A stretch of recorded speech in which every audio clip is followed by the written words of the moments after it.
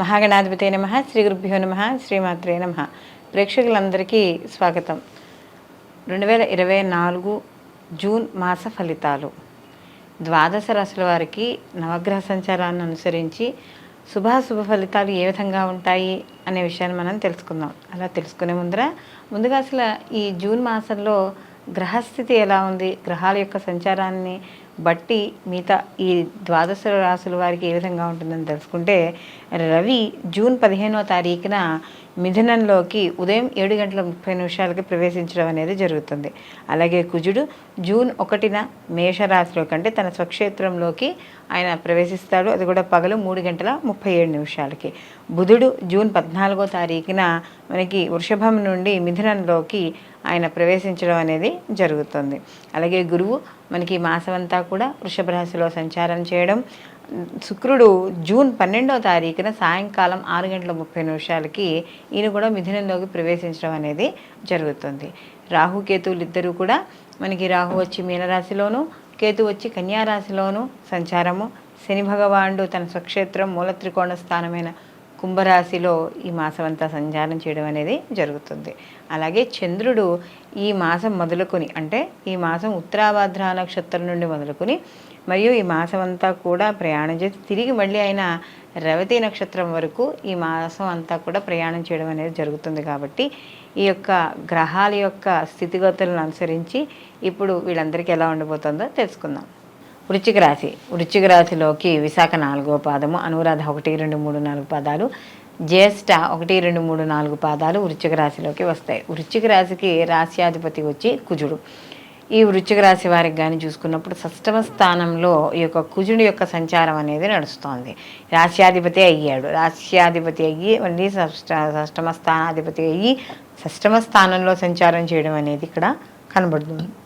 అయితే ఇక్కడ ఎప్పుడైతే కుజుడు తన స్వక్షేత్రంలో సంచారం చేయడమో, అలాగే ఈయనే వాళ్ళకి షష్టమాధిపతి వెళ్ళి 6వ స్థానంలో సంచారం చేయడం వల్ల శత్రుబాధలు తగ్గుతాయి, రుణ బాధలు కొంతవరకు తగ్గడం అనేది జరుగుతుంది. అయితే ఏవైతే మీరు కార్యక్రమాలు చేపడతారో ఆ కార్యక్రమాలన్నీ కూడా సఫలీకృతం అవుతాయి. కానీ వీటితో పాటు భక్తి, శ్రద్ధ, సహనం ఈ 3 కూడా కలిసినప్పుడు మాత్రమే అనుకూలంగా ఉంటాయి. ఎందుకంటే వీళ్ళకి ఆల్రెడీ అర్ధాష్టమ శని యొక్క ప్రభావం అనేది వృశ్చిక రాశి వాళ్ళకి నడుస్తుంది. కాబట్టి దాంతో నడుస్తుంది కాబట్టి ఇక్కడ ఏమవుతుంది అంటే కొంత వ్యతిరేక ఫలితాలు కూడా ఏర్పడుతూ ఉంటాయి. కాబట్టి కాస్త ప్రయాణాల్లో డబ్బు ఖర్చు పెట్టేటప్పుడు కానీ ఇలాంటివి కాస్త ఆలోచించి ఖర్చు పెట్టుకోవడం ద్వారా కొంతవరకు అనుకూలంగా ఉండడం అనేది జరుగుతుంది. అలాగే ఎవరైతే ఇష్టం వచ్చినట్టు దాంట్లో పెట్టుబడి పెట్టండి, దీంట్లో పెట్టుబడి పెట్టండి అని మిమ్మల్ని అడుగుతూ ఉంటారు. కాబట్టి అలాంటి విషయాల్లో పొరపాటున పెట్టుబడులు మాత్రం పెట్టవద్దు. అలాగే కాస్త ఈ ఏదైతే మీరు మంచి పనులు చేస్తూ ఉంటారో ప్రయత్నపూర్వకంగా తద్వారా శత్రువులు కూడా పెరగడం అనేది జరుగుతుంది. కాబట్టి అలాంటి విషయాల్లో కాస్త చూసుకోవాలి. అలాగే బంధువులు, మిత్రుల యొక్క సహాయ సహకారాలు పూర్తి స్థాయిలో అందడం అనేది జరుగుతుంది. అలాగే ఏదైతే వ్యవసాయదారులు ఉన్నారో ఈ సంవత్సరం అంత అనుకూలంగా ఏమీ వ్యవసాయదారులకి పంట చేతికి రాదు అని చెప్పుకోవచ్చు. అలాగే ఒకవేళ వచ్చినా కూడా ఆ యొక్క పంట అమ్మేటప్పుడు కాస్త గిట్టుబాటు ధరలో రాకుండా ఉండడం అనేది మంచిది. అలాగే ముఖ్యంగా ఇక్కడ ఏవైతే కార్యక్రమాలు చేపడతారో ఏదైనా మీ పర్సనల్ విషయాలు కావచ్చు, ఏదైనా బయట వాళ్ళ గురించి కావచ్చు, బయట స్నేహితుల యొక్క సహాయ సహకారాలు పూర్తి స్థాయిలో అందడం అనేది జరుగుతుంది. అలాగే ఇక్కడ మీరు ఏదైతే లైఫ్ స్టైల్ ఉందో దానికి భిన్నంగా కొంత పరిస్థితులు ఏర్పడడం అనేది జరుగుతూ ఉంటుంది. కాబట్టి అలాంటి విషయాల్లో కూడా ఈ వృశ్చిక రాశి వాళ్ళు జాగ్రత్త వహించుకుంటూ ఉండాలి. అలాగే వీళ్ళకి ప్రయాణాల్లో కాస్త జాగ్రత్తలు వహించుకోవాలి. ప్రతి పనిని కూడా చాలా స్పోర్టివ్గా తీసుకుని ముందుకు వెళ్ళడం ద్వారా కొంతవరకు అనుకూలంగా ఉండడం అనేది జరుగుతుంది. అలాగే ఆదాయ మార్గాలు పెరుగుతాయి. ఆదాయ మార్గాలతో పాటుగా ఏదైనా అంటే ఉద్యోగం చేస్తూ చిన్న చిన్న వ్యాపారాలు చేస్తున్నా కూడా ఒక్కోసారి ఉద్యోగం మానేసి ఈ యొక్క వ్యాపారమే చేస్తే సరిపోతుంది కదా అనే ఆలోచనలు కూడా రావడం అనేది జరుగుతుంది. అయితే తొందరపడి ఈ యొక్క ఆలోచనలు అంటే ఉన్న వాటిని వదిలేసి ఇంకో దానికి వెళ్ళడం అనేది మంచిది కాదు. అలాగే వీళ్ళకి ముఖ్యంగా అంటే ఈ యొక్క ఏదైతే ఈ వృశ్చిక రాశి వాళ్ళు ఉన్నారో వృశ్చిక రాశి వారికి అర్ధాష్టమ శని యొక్క ప్రభావం కనుక వీళ్ళు ప్రతిరోజు కూడా శివాలయ దర్శనం చేసుకోవడం, శివాలయానికి వెళ్ళడం, ప్రతిరోజు శివాలయంలో అభిషేకం చేయించుకోవడం ద్వారా వీళ్ళు మరిన్ని మంచి ఫలితాలు పొందే అవకాశం అనేది కనబడుతోంది. మనకి ఈ జూన్ 5, 6 తారీఖుల్లో మనకి పంచగ్రహ కూటమి అనేది ఏర్పడబోతోంది. అయితే కొంత 7వ తారీఖు వరకు కూడా ఉందనుకోండి. అయితే ఇక్కడ మనకి ఈ పంచగ్రహ కూటమి ముఖ్యంగా 6-7 తారీఖుల్లో మనకి ఎక్కువగా కనబడుతోంది. అసలు చాలామంది పంచగ్రహ కూటమి ఏంటి, ఒకేసారి గ్రహాలన్నీ వచ్చేసాయి, దీనివల్ల ఏమైపోతుందో అనుకుని చాలా ఇబ్బంది పడుతున్నారు, భయపడుతున్నారు. నిజం చెప్పాలంటే గ్రహాలు అన్నీ కూడా కలవడం అనేది సహజం. ఎందుకంటే ఒక గ్రహం ఒకే చోట ఉండిపోవడం అనేది ఎక్కడ జరగదు. ప్రతి గ్రహము తిరుగుతుంది. అయితే ఒక్కొక్క గ్రహానికి ఒక్కొక్క నిడివి అనేది ఉంటుంది. ఈ గ్రహం అంటే ఇన్ని డిగ్రీలు అయిన తర్వాత ఆ డిగ్రీలు అయిపోతే అది మారిపోతుంది. ఇప్పుడు చంద్రుడు ఎలా 2.5 రోజులకి ఎలా మారిపోతాడో, అలాగే మనకి రవి నెలకొకసారి ఎలా మారుతాడో, అలాగే ప్రతి గ్రహము కూడా మార్పు చెందుతుంది. మార్పు చెందినప్పుడు దీంట్లో కొన్ని గ్రహాలు ఒకే స్థానంలో ఎక్కువ సమయము ఉండడం అనేది జరుగుతుంది. అంటే ఎగ్జాంపుల్ మనం చూసుకున్నప్పుడు శని భగవానుడు ఉన్నాడు, 2.5 సంవత్సరాలు ఒకే రాశిలో ఆయన సంచారం అనేది జరుగుతుంది. గురువు 1 సంవత్సరం పాటు ఉంటాడు.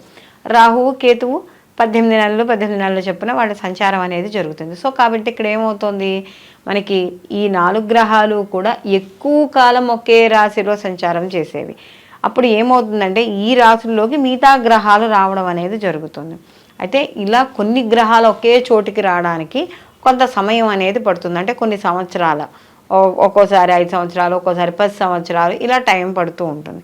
అయితే ఇక్కడ మనము ఈ ఏదైతే పంచగ్రహ కూటమి అని చెప్తున్నామో, ఈ పంచగ్రహ కూటమి అనేది కేవలం వ్యక్తిగత జాతకానికి సంబంధించింది కాదు, ఇది దేశ గోచారానికి సంబంధించింది. మామూలుగా కూడా మనం చెప్పుకునే ఫలితాలు కూడా ఉగాది పంచాంగ శ్రవణాలు చెప్పుకోనివ్వండి, ఏమి చెప్పినా కూడా దేశ గోచారంగా చెప్పుకోవడం అనేది జరుగుతుంది.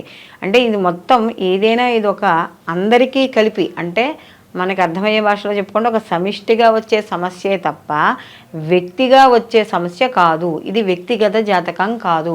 కాబట్టి ఈ పంచగ్రహ కూటమిలో వచ్చే మార్పులు మంచైనా చెడైనా ఏదైనా కూడా అందరూ కూడా అందరి మీద, దేశం మీద కూడా ఆధారపడి ఆ దేశం మీద ప్రభావం అనేది ఉంటుంది. ఈ దేశంలో ఎవరు ఉంటున్నారు, ప్రజలు ఉంటారు. కాబట్టి దాని ప్రభావం ఎవరి మీద పడుతుంది, ప్రజల మీద కూడా ప్రభావం చూపించడం అనేది జరుగుతుంది.